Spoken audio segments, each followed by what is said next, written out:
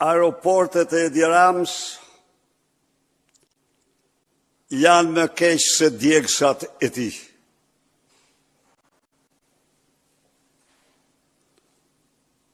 Në një akt skandaloz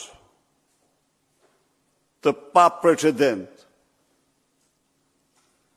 Edi Rama vendos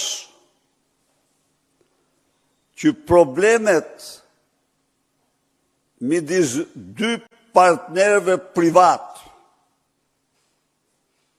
në aeroportin e Vlorës të zgjidhen jo si në gjithë botën me rrugën gjyqësore apo arbitrazhet, midis tyre pa patur asnjë implikacion për shtetin dhe takspaguesit, vendos të bëhet palë të prish kontratën me Pacollin.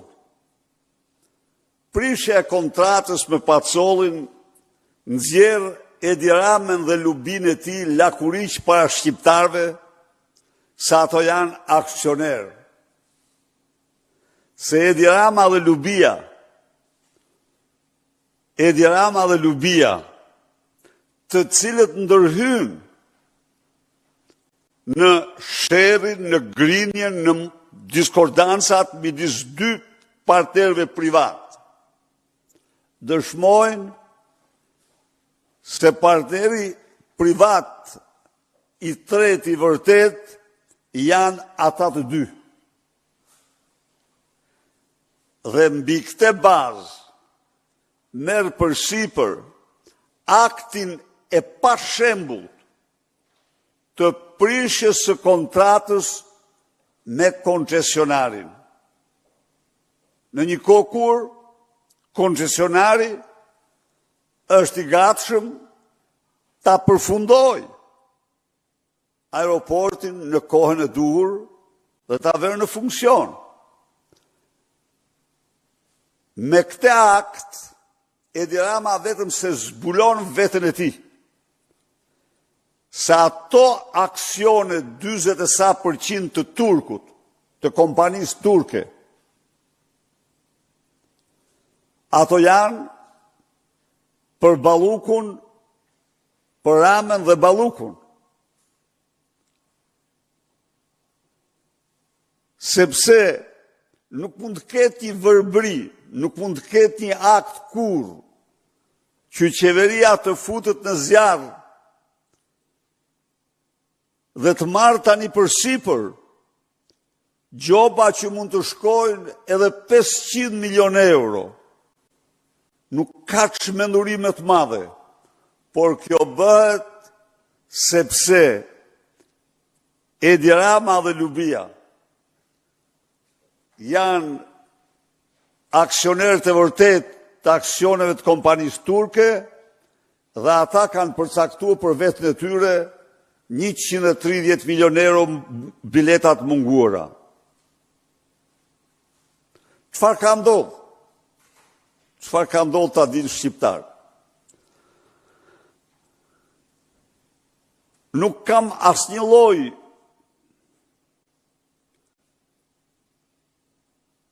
sentimenti apo dëshire të ndërhyjë midis partnerëve. Gjithnjë ato janë probleme që zgjidhen me gjyq, me gjykata dhe me arbitrazhe. Por çfarë ka ndodhur? Dikush i thotë Edi Ramës si aksionet turke nuk janë tuajat. Dhe ky dikush nuk mund të jetë kush tjetër përveç se atij që ka 92% të aksioneve. Ndaj dhe këti që de facto është në sherr me pretenduesin tjetër, jo me qeverin. Ky s'ka asnjë lidhje me qeverin. Pretendimin për aksionin ndaj tij e ka ortaku. Këti i anullohet kontrata. Pacolli është drejtor në 2 arbitrazhe. Në njërin arbitrazh kundërshton vendimin për revokimin e kontratës si një akt zuzar ndërkombëtar i pashembull. Qeveria nuk ka asnjë bazë, zero bazë, të kërkojë revokimin e kontratës për një sherrë midis 2 ortakëve. Asnjë bazë. Dhe e dyta, në arbitrazhin ndërkombëtar në të cilën minimumi takspaguesit shqiptar për hir të çmendurisë së Edi Ramës, të babëzisë të tij të papërmbajtur dhe Luvi Ballukut, do paguajnë rreth 500 milion euro. Kjo është kur vërbohesh, kur babëzia të vërbon sytë dhe mendjen. E hapa këtë takim me ju, duke deklaruar se aeroportet janë si djegësat për Edi Ramën. Shkoni pak në aeroportin e Kukësit. A ju kujtohet kur zbarkonte Lubia me helikopter? Zbarkonte me helikopter, ktheni pak, ju lutem, tregojani shqiptarve. Të shohin monstër është ajo. Se si mashtronte kur zbarkonte me helikopter, erdha thoshte të bëj provë, se duhet bërë një provë para se të vijë avioni me qindra çuna nga Londra. Duhet bërë prova dhe shkoi kjo dhe bënte provën pilotja. Një monstër e vërteta më këto apo jo. Ku është aeroporti i Kukësit sot? Thoni pak. Ku është? Nuk ka asnjë pengesë. Klauzola që e pengon të aeroporti i Tiranës është e hequr. Nuk ekziston më. Aeroporti i Kukësit, dikush më thotë se poshtrohet në termocentral me panela diellore të tjerë në destinacione të tjera.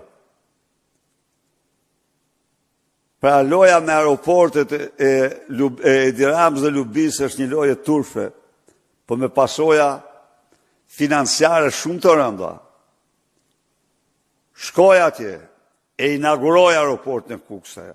Erdha tha se duhet bërë prova.